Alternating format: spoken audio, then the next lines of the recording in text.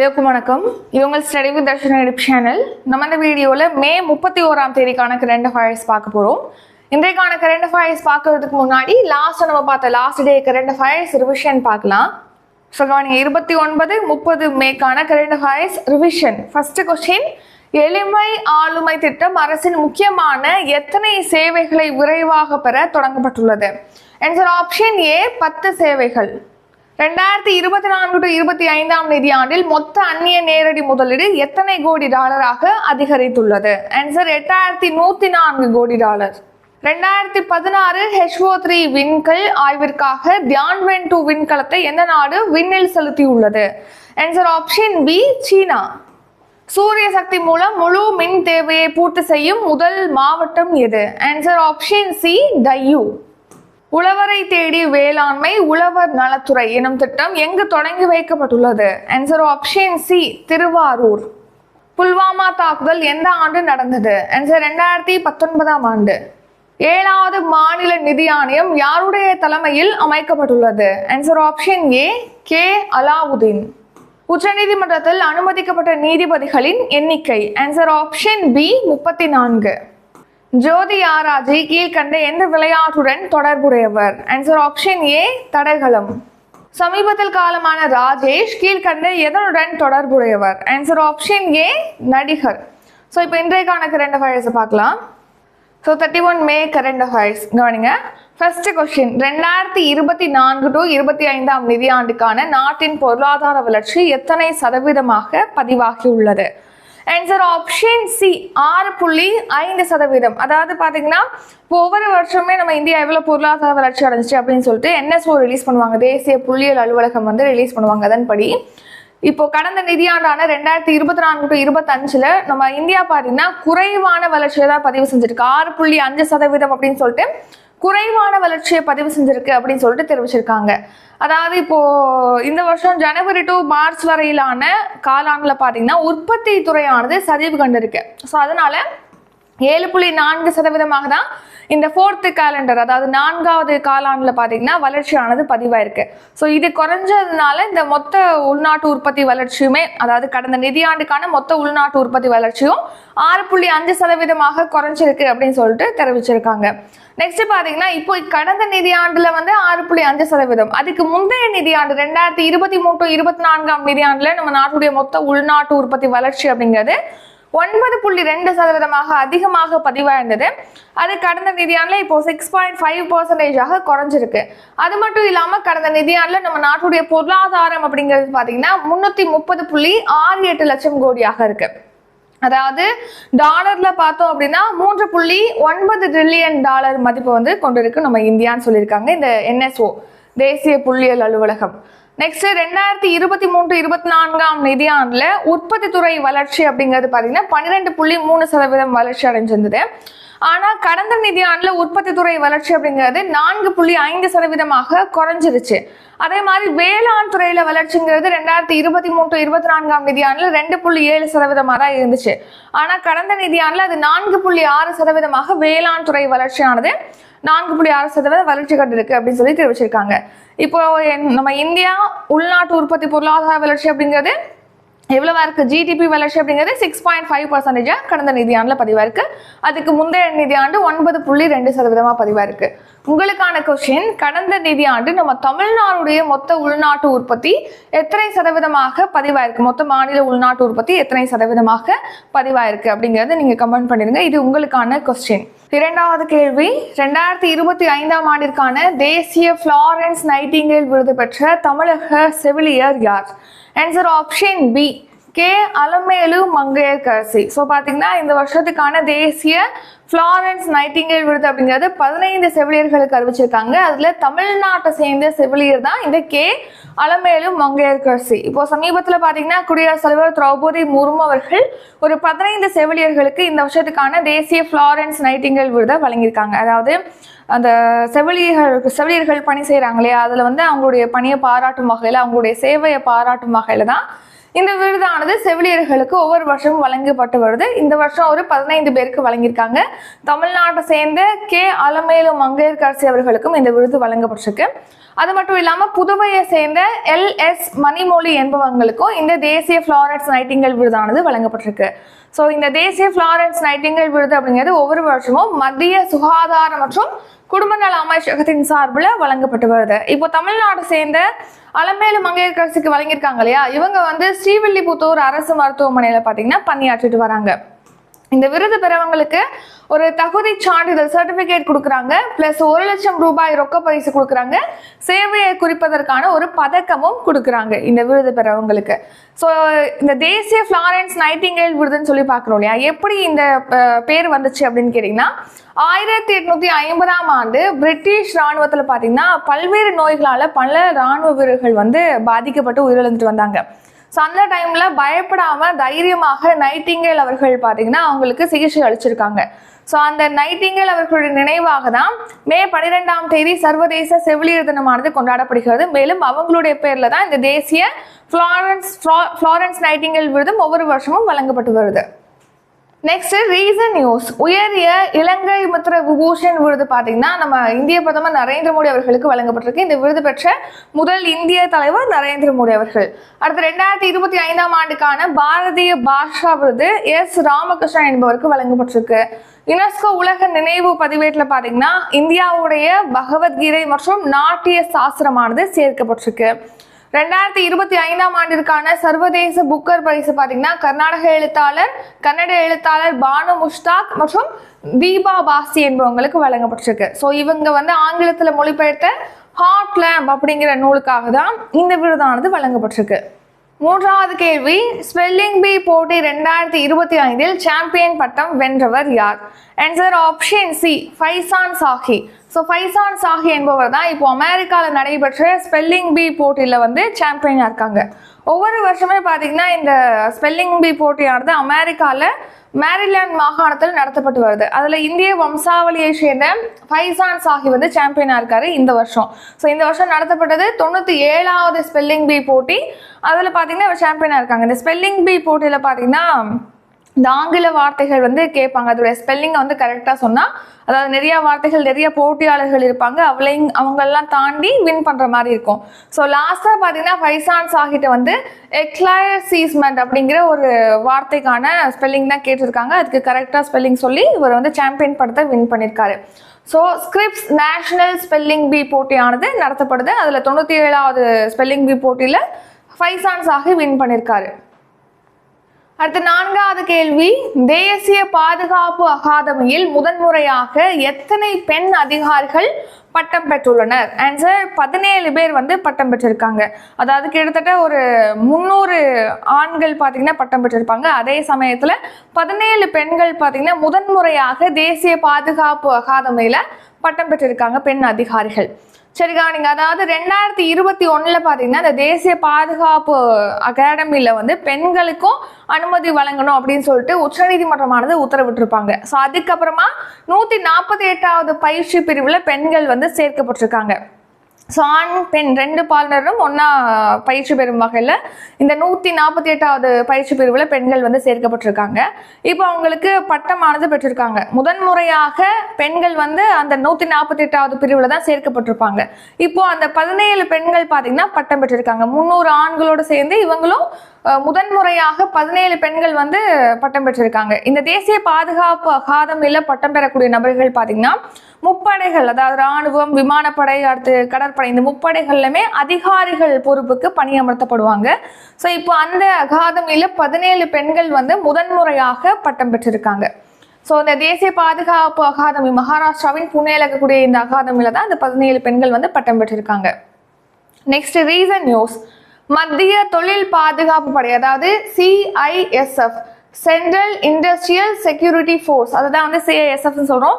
இந்த CISFல பார்த்தீங்கன்னா இப்போ முழுவதும் பெண்கள் அடங்கிய படைப்பிரிவானது உருவாக்கப்பட்டிருக்கு. ஒரு 1025 பெண்கள் அடங்கிய முழுக்க எந்த ஒரு ஆண் இதில் சேர்க்காம முழுவதும் பெண்கள் மட்டுமே அடங்கிய ஒரு புதிய படைப்பிரிவானது இப்போ உருவாக்கப்பட்டிருக்கு. அடுத்து எவரெஸ்ட் உச்சியை எட்டிய முதல் இந்திய பார்வை மாற்றுத்திறனாளி யார் அப்படின்னா சொன்ஜின் அங்மோ. அடுத்து தமிழகத்தின் முதல் பெண் தலைமை தேர்தல் அதிகாரி அர்ச்சனா பட்நாயக்.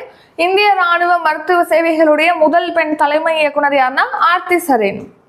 5வது கேள்வி, தங்க நகைக்கடன் பெறுபவர்களுக்கான புதிய வரைவு விதிமுறைகள் படி தங்க நகையின் மதிப்பில் எத்தனை சதவீதம் மட்டுமே கடனாக வழங்கப்படுகிறது? ஆன்சர் ஆப்ஷன் ஏ 75%. ஸோ பார்த்தீங்கன்னா இப்போ வந்து புதுசாக ரிசர்வ் வங்கி பார்த்தீங்கன்னா தங்க நகைக்கடன் பெறுவதற்கான ஒரு 9 புதிய வரைவு விதிகளை வந்து அறிமுகப்படுத்தியிருக்காங்க. ரீசெண்டாக தான் ரிலீஸ் பண்ணியிருப்பாங்க. ஸோ அதில் பார்த்தீங்கன்னா என்ன தெரிவிச்சிருக்காங்கன்னா அதில் ஒரு வரைவு விதியாக இப்போ ஒரு தங்க நகையை வந்து அடகு வைக்கிறாங்க அப்படின்னா அந்த தங்க நகையுடைய, அதாவது கடன் பெறாங்க தங்க நகையை வச்சு அப்படின்னா அந்த நகையுடைய மொத்த மதிப்புல 75% மதிப்பு மட்டும்தான் கடனாக பெற முடியும் அப்படின்னு சொல்லி அந்த விதியில ஒன்றா இடம்பெற்றிருக்கு. ஸோ கவனிங்க, இப்போ வங்கிகள் மற்றும் வங்கி சாரா நிதி நிறுவனங்கள் பார்த்தீங்கன்னா இப்போ தனிநபர்களுக்கு வந்து தங்க நகை கடன் கொடுக்குறாங்க இல்லையா, அந்த தங்க நகை கடன் கொடுப்பதற்காக ஒரு 9 வரைவு விதிமுறைகளை ரீசெண்டாக reserve bank of India RBI வந்து ரிலீஸ் பண்ணியிருக்காங்க. அந்த வரைவு விதிமுறைகள்ல என்னென்னலாம் தெரிவிச்சிருக்காங்கன்னா இப்போ ஒரு தங்க நகையை வந்து கடனுக்காக வைக்கிறாங்கன்னு வச்சுங்களேன், அந்த தங்க நகையில 75% மொத்த மதிப்பு, ஒரு பவுன் கொடுக்குறாங்கன்னா அதுக்கு ஒரு மொத்த தொகைன்னு இருக்கு இல்லையா, மதிப்புன்னு இருக்கு இல்லையா, அந்த மதிப்புல 75% மட்டும்தான் கடனாக கொடுக்கப்படும் அப்படின்னு சொல்லி தெரிவிச்சிருக்காங்க. அடுத்து 22 கேரட் இல்லைன்னா அதுக்கும் மேல கேரட் கொண்ட தங்க நகைகள் மட்டும்தான் கடன் பெற முடியும் அப்படின்னும் தெரிவிச்சிருக்காங்க. அதுக்கு குறைவா இருக்கு அப்படின்னா அது பெற முடியாது. நெக்ஸ்ட் வெள்ளி பொருட்களும் இப்போ வச்சு நீங்க கடன் பெற்றுக்கொள்ள முடியும் அப்படின்னு தெரிவிச்சிருக்காங்க. தங்கம் மட்டும் இல்ல, வெள்ளி பொருட்களை கூட நீங்க நகை கடன் பெறலாம்னு சொல்லியிருக்காங்க. அடுத்து ஒரு தனி நபர் கடன் பெறாங்கன்னா அவங்க 1 கிலோ தங்கம் மட்டும்தான் வச்சு நகை கடனை வந்து பெற முடியும். அதுக்கும் மேல அவங்க பெற முடியாது. ஸோ 1 கிலோ தங்க நகை வரைக்கும் மட்டும்தான் அவங்க அடமானம் வச்சு அதுக்கான பணத்தை வந்து பெற முடியும்னு சொல்லியிருக்காங்க. இப்போ அந்த நபர் பார்த்தீங்கன்னா கடன் பெற்ற நபர் வந்து கடனை வங்கிக்கு திருப்பி கொடுத்துட்டாங்கன்னா அந்த கொடுத்த அந்த 7 நாட்களுக்குள்ள, வங்கியோட வேலை நாட்கள் 7 நாட்களுக்குள்ள அந்த தங்க நகையை அந்த நபர்கிட்ட கொடுத்துடணும். அப்படி கொடுக்கல அப்படின்னா ஒவ்வொரு வேலை நாட்களுக்கும் 5000 ரூபாய் அபராதத்தோட சேர்த்து அந்த நபருக்கு வந்து அந்த தங்க நகையை கொடுக்கணும் அப்படின்னு சொல்லிட்டு இந்த ரூல்ஸ்ல வந்து தெரிவிச்சிருக்காங்க. 9 வரைவு விதிமுறைகள்ல தெரிவிச்சிருக்காங்க. இப்போ நம்ம நிதியமைச்சகம் என்ன தெரிவிச்சிருக்காங்க இந்த விதிகள் தொடர்பாக அப்படின்னா, இதை வந்து நெக்ஸ்ட் இயர் 2026 ஜனவரி 1லேருந்து இதை நடைமுறைக்கு கொண்டு வரலாம். அதுக்கு முன்னாடி கொண்டு வர்றது அப்படிங்கிறது கொஞ்சம் சிரமம் அப்படின்னு சொல்லிட்டு பரிந்துரை அளிச்சிருக்காங்க. அது மட்டும் இல்லாம இப்போ 2 லட்சத்துக்கும் குறைவாக தங்க நகை கடன் பெறாங்க அப்படின்னா அவங்களுக்கு இந்த விதிகள்லேருந்து நீங்க விலக்கு அளிக்கலாம் அப்படின்னு தெரிவிச்சிருக்காங்க. அது பரிந்துரை அளிச்சிருக்காங்க. அடுத்த 6வது கேள்வி, பிரதமரின் உள்ளக பயிற்சி திட்டம் எந்த ஆண்டு அறிமுகம் செய்யப்பட்டது? ஆன்சர் 2024ஆம் ஆண்டு. போன வருஷம் தான் இந்த பிரதமரின் உள்ளக பயிற்சி திட்டமானது தொடங்கப்பட்டது. அதாவது பிரைம் மினிஸ்டர் இன்டர்ன்ஷிப் ப்ரோக்ராம். அதாவது இப்போ பார்த்தீங்கன்னா நிறைய பேர் படிச்சு வராங்க, ஆனால் அவங்களுக்கு தகுதியான வேலை வாய்ப்பு கிடைக்கிறது இல்லை. எக்ஸ்பீரியன்ஸ் இருக்கான்னு தான் ஒரு வேலைக்கு போய் ஜாயின் பண்ணும்போது கேட்குறாங்க. ஸோ அப்போ எக்ஸ்பீரியன்ஸாக எப்போ வரும்? அவங்க வேலை கொடுத்தாதான், நம்ம ஜாயின் பண்ணி வேலை பார்த்தா தான் நமக்கு எக்ஸ்பீரியன்ஸ் வரும். ஸோ அதனால இந்த ஒரு ப்ராப்ளம், இந்த ஒரு இடைவெளியை குறைக்கணும் அப்படிங்கிறதுக்காக படித்து முடித்து அவங்க வந்து பேப்பரில் படிச்சிருப்பாங்க, அந்த ஒரு நடைமுறை வாழ்க்கையில் அவங்களுக்கு ஒரு எக்ஸ்பீரியன்ஸ் தேவைப்படுது. ஸோ அந்த ஒரு எக்ஸ்பீரியன்ஸை பெறுவதற்காக தான் இந்த PM இன்டர்ன்ஷிப் ப்ரோக்ராம் வந்து லான்ச் பண்ணியிருக்காங்க மத்திய அரசு 2024. அதன்படி பார்த்தீங்கன்னா நம்ம இந்தியாவில் இருக்கக்கூடிய ஒரு டாப் 500 கம்பெனிஸில் 1 கோடி இளைஞர்களை வந்து பணியமர்த்தி, இன்டர்ன்ஷிப் ப்ரோக்ராம் மாதிரி அவங்கள பணியமர்த்தி ஒரு 12 மாதங்களுக்கு அவங்க திறன் பயிற்சி பெறும் வகையில் தான் இந்த ஸ்கீம் வந்து லான்ச் பண்ணியிருக்காங்க. ஸோ கற்றலுக்கு நேரடி தொழில் பயிற்சிக்குமான இடைவெளியை குறைக்கணும் அப்படிங்கிறதுக்காக இந்த பிரதமரின் உள்ளக பயிற்சி திட்டம் 2024ஆம் ஆண்டு அறிமுகம் செய்யப்பட்டது. ஸோ அதன்படி பார்த்தீங்கன்னா 10ஆம் வகுப்பு படிச்சிருக்காங்க, அடுத்து ITI படிச்சிருக்காங்க, பட்டயம், அப்புறம் பட்ட படிப்புகள் இந்த மாதிரி படிச்சிருக்காங்க அப்படின்னா அந்த நபர்கள் பார்த்தீங்கன்னா 18 வயதுலேருந்து 24 வயது வரைக்கும் உள்ள ஏஜ் கேட்டகரியில் இருக்கக்கூடிய அந்த நபர்கள் என்ன பண்ணலாம், டாப் 500 கம்பெனிஸில் பார்த்தீங்கன்னா இந்த திட்டத்தின் கீழ் இன்டர்ன்ஷிப் ப்ரோக்ராமில் இணையலாம். நினைச்சிட்டாங்க அப்படின்னா அவங்களுக்கு ஒரு 12 மாதங்களுக்கு பார்த்தீங்கன்னா மாதம் 5000 ரூபாய் கொடுப்பாங்க. ஊக்கத்தொகையாக கொடுப்பாங்க. அந்த 12 மந்த்துக்கு அந்த கம்பெனியில் ஒர்க் பண்ணி அந்த ஒர்க்கை எப்படி செய்கிறது இந்த மாதிரியான ஒரு எக்ஸ்பீரியன்ஸும் நமக்கு கிடைக்கும். ஸோ மாதந்தோறும் 5000 ரூபாய் உதவித்தொகை வழங்கப்படுகிறது. அவங்களுக்கு ஒரு முறை மட்டும் 6000 ரூபாய் உதவித்தொகையானது வழங்கப்படுகிறது. அது மட்டும் இல்லாமல் இந்த இன்டர்ன்ஷிப் ப்ரோக்ராமில் இணையணும் அப்படின்னா அவங்களுடைய குடும்ப வருமானம் பார்த்தீங்கன்னா 8 லட்சத்துக்கு குறைவாக இருக்கணும். ஆண்டுக்கு 8 லட்சத்துக்கு குறைவான குடும்ப வருமானம் கொண்ட 18லேருந்து 24 வயது வரையிலான இளைஞர்கள் டாப் 500 கம்பெனிஸில் நீங்கள் இணைஞ்சு 12 மாதங்களுக்கு திறன் பயிற்சியை பெற முடியும். அதுக்கிடையில் 5000 ரூபாய் உதவித்தொகை, ஒரே ஒரு தடவை மட்டும் 6000 ரூபாய் கொடுக்குறாங்க. 1 crore, அதாவது 1 கோடி இளைஞர்கள் பயன்பெறும் வகையில் தான் இந்த ஸ்கீம் தொடங்கிட்டாங்க. அடுத்து 7வது கேள்வி, ஆசிய தடகள சாம்பியன்ஷிப் போட்டியில் 2 தங்கப்பதக்கம் வென்றவர் யார்? ஆன்சர் ஆப்ஷன் ஏ, குல்பீர் சிங். ஸோ இப்போ ஆசிய தடகள சாம்பியன்ஷிப் போட்டியானது தென்கொரியாவில் குமி அப்படிங்கிற நகரத்தில் நடைபெறுதுன்னு சொல்லி நம்ம பார்த்துருப்போம். இந்த போட்டியில் பார்த்தீங்கன்னா ஏற்கனவே குல்பீர் சிங் தங்கப்பதக்கம் வின் பண்ணியிருப்பாரு. 10,000 மீட்டர் ஓட்டப்பந்தயத்தில் தங்கப்பதக்கம் வின் பண்ணியிருப்பாரு. இப்போ எகைன் பார்த்தீங்கன்னா இன்னொரு தங்கப்பதக்கத்தை வின் பண்ணியிருக்காரு. ஆடவருக்கான 5000 மீட்டர் ஓட்டத்தில் ஒரு 13 நிமிடங்கள் 24.77 வினாடிகளில் இலக்கை எட்டி இந்த ஃபர்ஸ்ட் பிளேஸை அவர் பிடிச்சிருக்காரு. நெக்ஸ்ட் பார்த்தீங்கன்னா இந்த போட்டியில் மகளிருக்கான ஹெப்டத்லானில் நந்தினி அகசரா என்பவங்க 5941 புள்ளிகளை பெற்று தங்கப்பதக்கம் வின் பண்ணியிருக்காங்க. மகளிருக்கான உயரம் தாண்டுதல்ல இந்திய வீராங்கனை பூஜா 1.89 மீட்டர் தூரத்திற்கு உயரம் தாண்டி தங்கப்பதக்கத்தை வின் பண்ணியிருக்காங்க. ஸோ இப்போ வரைக்கும் ஒரு 7 தங்கப்பதக்கம் இந்த போட்டியில் இந்தியா வின் பண்ணிருக்கு. நெக்ஸ்ட் 8வது கேள்வி, முதல்வரின் சிறு விளையாட்டு அரங்கங்கள் எத்தனை தொகுதிகளில் அமைக்கப்பட உள்ளது? ஆன்சர் 234 தொகுதிகள். ஸோ பார்த்தீங்கன்னா முதலமைச்சருடைய சிறு விளையாட்டு அரங்கங்களானது அனைத்து தொகுதிகள், நம்ம தமிழ்நாட்டில் இருக்கக்கூடிய அனைத்து சட்டப்பேரவை தொகுதிகளிலுமே அமைக்கப்படும் சொல்லிட்டு ரீசெண்டாக உதயநிதி ஸ்டாலின் அவர்கள், துணை முதலமைச்சர் உதயநிதி ஸ்டாலின் அவர்கள் அறிவிச்சிருப்பாங்க. அதன்படி இப்போ பார்த்தீங்கன்னா 234 தொகுதிகள்லையுமே அமைக்க போகிறாங்க.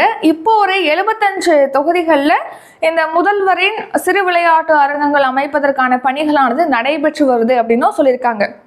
ஸோ சிறு விளையாட்டு அரங்கங்கள்னா அங்கே எந்த ஸ்போர்ட்ஸ்லாம் இன்க்ளூட் ஆகிறது, அதாவது ப்ளே பண்ணுற வகையில் அந்த சிறு விளையாட்டு அரங்கங்கள் அமைக்கிறாங்க அப்படின்னா ஒரு 5 முக்கியமான விளையாட்டுகளுக்கான மைதான வசதி அமைக்கிறாங்க. அதாவது தடகளம், கால்பந்து, கூடைப்பந்து, அப்புறம் கைப்பந்து, கபடி அப்படின்னு சொல்லிட்டு முக்கியமான ஒரு 5 விளையாட்டுகளை விளையாடுவதற்கான வசதியோட இந்த சிறு விளையாட்டு அரங்கமானது அமைக்கப்படுகிறது. மொத்தமாக 234 தொகுதிகளுமே அமைக்க போகிறாங்க. இப்போ ஒரு 75 தொகுதிகளில் தான் பணிகளானது நடைபெற்று வருது. ஸோ இந்த சிறு விளையாட்டு அரங்கங்கள் பார்த்தீங்கன்னா ஒவ்வொன்றும் 3 கோடி மதிப்பீட்டில் அமைக்கப்படும் அப்படின்னு சொல்லி தெரிவிச்சிருக்காங்க. நெக்ஸ்ட்டு, நலிவடைந்த சிறந்த விளையாட்டு வீரர்கள் இருக்காங்க அப்படின்னா அவங்களுக்கு ஓய்வூதியம் கொடுத்துட்டு இருக்காங்க. 3000 ரூபாய் ஓய்வூதியம் கொடுத்துட்டு இருந்த நிலையில இப்போ அதை 6000 அதிகரிச்சிருக்காங்க. நலிவடைந்த சிறந்த விளையாட்டு வீரர்களுக்கான ஓய்வூதியத்தை 6000 அதிகரிச்சிருக்காங்க.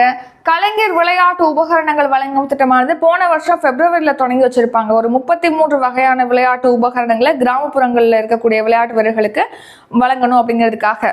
ஸோ அதன்படி பார்த்தீங்கன்னா நம்ம தமிழ்நாட்டில் 12525 கிராம ஊராட்சிகளுக்கு இந்த கலைஞர் விளையாட்டு உபகரணங்களானது 86 கோடி மதிப்பீட்டில் வழங்கப்பட்டிருக்கு. அதுக்கு அடுத்து பார்த்தீங்கன்னா நகர்ப்புற பகுதிகளில், நகர்ப்புற உள்ளாட்சி அமைப்புகளில் இருக்கக்கூடிய குழந்தைகளுக்கும் 100 கோடி மதிப்பீட்டில் பார்த்தீங்கன்னா இந்த விளையாட்டு உபகரணங்களானது வழங்கப்படும் சொல்லிட்டு அறிவிச்சிருக்காங்க. அடுத்து 9வது கேள்வி, உலக புகையிலை ஒழிப்பு தினம் எந்த நாளில் அனுசரிக்கப்படுகிறது? ஆன்சர் மே 31ஆம் தேதி. ஸோ இப்போ இன்றைய தினமான மே 31ஆம் தேதி தான் இந்த உலக புகையிலை ஒழிப்பு தினமானது அனுசரிக்கப்படுகிறது. அதாவது வேர்ல்டு நோ டொபாக்கோ டே.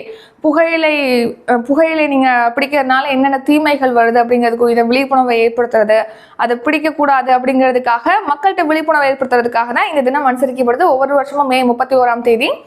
தீம் என்னன்னா பிரைட் ப்ராடக்ட்ஸ் டார்க் இன்டென்ஷன்ஸ் அப்படிங்கிறதான் தீம். அதாவது அந்த புகையில பார்க்கும்போது அவங்களுக்கு பிரைட்டாக இருக்கும், பிரகாசமான பொருட்களாக இருக்கும். ஆனால் அதோட இன்டென்ஷன், அதோடைய நோக்கம் அப்படிங்கிறது ரொம்ப இருண்டதாக இருக்கும், டார்க்காக இருக்கும்னு சொல்கிறாங்க தீமில். அதாவது பிரகாசமான பொருட்கள், இருண்ட நோக்கங்கள் அப்படிங்கிறது தான் தீம். அடுத்து international day of peacekeepers, அதாவது ஐநா UN பீஸ் கீப்பர்ஸ், அதாவது ஐநா அமைதிப்படை வீரர்கள் தினம், சர்வதேச ஐநா அமைதிப்படை வீரர்கள் தினமானது ஒவ்வொரு வருஷமும் மே 29ஆம் தேதியை செலிப்ரேட் பண்ணுறோம். தீம் என்ன இந்த வருஷம் அப்படின்னா the future of peacekeeping அப்படிங்கிறத இந்த வருஷம் தீம். அடுத்து வேர்ல்டு ஹங்கர் டே, இது எப்போனா 28ஆம் தேதி மே மாதம். தீம் சோயிங் ரெசிலியன்ஸ் அப்படிங்கிறது தான் தீம். அடுத்து இப்போ போன வருஷத்துக்கான ஐக்கிய நாடுகள் பட்டினி குறியீட்டில் பார்த்தீங்கன்னா இந்தியா வந்து, அதாவது உலகளாவிய பட்டினி குறியீட்டில் இந்தியா வந்து 105வது இடத்தை பிடிச்சிருக்கு. அடுத்த 10வது கேள்வி, இந்தியாவின் நிலக்கரி இறக்குமதி 2024-25 நிதியாண்டில் %% குறைந்துள்ளது. ஆன்சர் 7.1% குறைஞ்சிருக்கு. கடந்த நிதியாண்டில் பார்த்தீங்கன்னா நம்ம நிலக்கரி உற்பத்தியானது முதன்முறையாக 1 பில்லியன் டன்னை வந்து கடந்திருக்கு அப்படின்னு சொல்லிட்டு நம்ம பார்த்துருப்போம். அதனால இப்போ உற்பத்தி அதிகரிச்சாலே இறக்குமதி குறைஞ்சிரும். ஸோ இப்போ கடந்த நிதியாண்டில் இறக்குமதியானது 7.9% குறைஞ்சிருக்கு அப்படின்னு சொல்லிட்டு தெரிவிச்சிருக்காங்க. ஸோ கடந்த நிதியாண்டில் எவ்வளவுக்கு நம்ம நிலக்கரி இறக்குமதி செஞ்சிருக்கோம் அப்படின்னா 243.62 கோடி டன் நிலக்கரியை இறக்குமதி செஞ்சிருக்கோம். ஸோ சுமார் $793 கோடி இந்த இறக்குமதி வந்து நம்ம கம்மி பண்ணதுனால $793 கோடி அந்நிய செலாவணியானது நமக்கு மிச்சமாயிருக்கு அப்படின்னு சொல்லி தெரிவிச்சிருக்காங்க.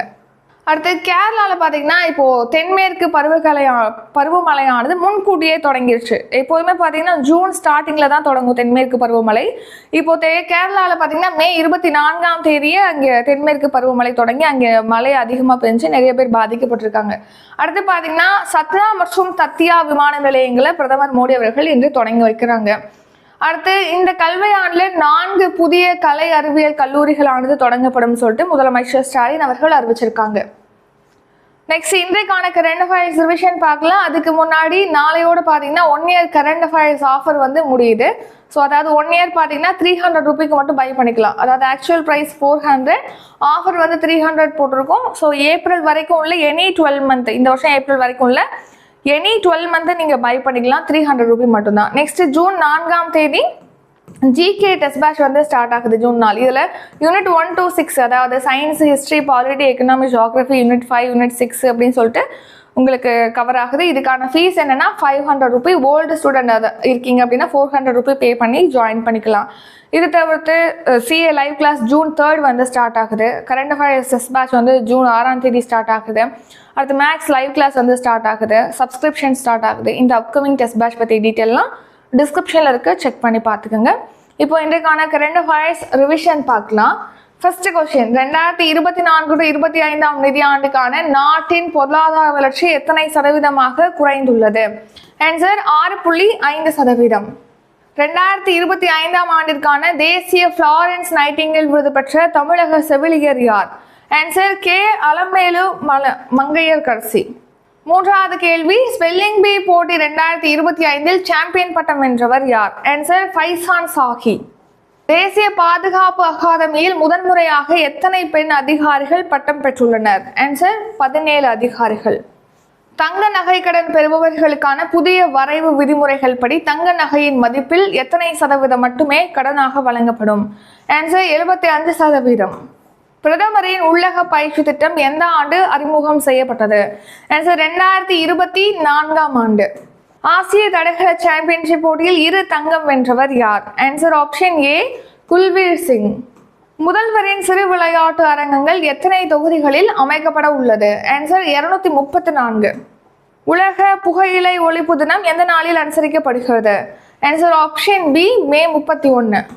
இந்தியாவின் நிலக்கரி இறக்குமதி 2024-25 நிதியாண்டில் %% குறைந்துள்ளது. ஆன்சர் 7.9%. இதுடன் இன்றைக்கான கரண்ட் அஃபேர்ஸ் வீடியோ நிறைவடைகிறது. இந்த வீடியோ உங்களுக்கு பிடிச்சிருந்தா லைக் பண்ணுங்க, ஷேர் பண்ணுங்க. நம்ம சேனலை நீங்க இன்னும் சப்ஸ்கிரைப் பண்ணலன்னா மறக்காம சப்ஸ்கிரைப் பண்ணிக்கோங்க. நன்றி, வணக்கம்.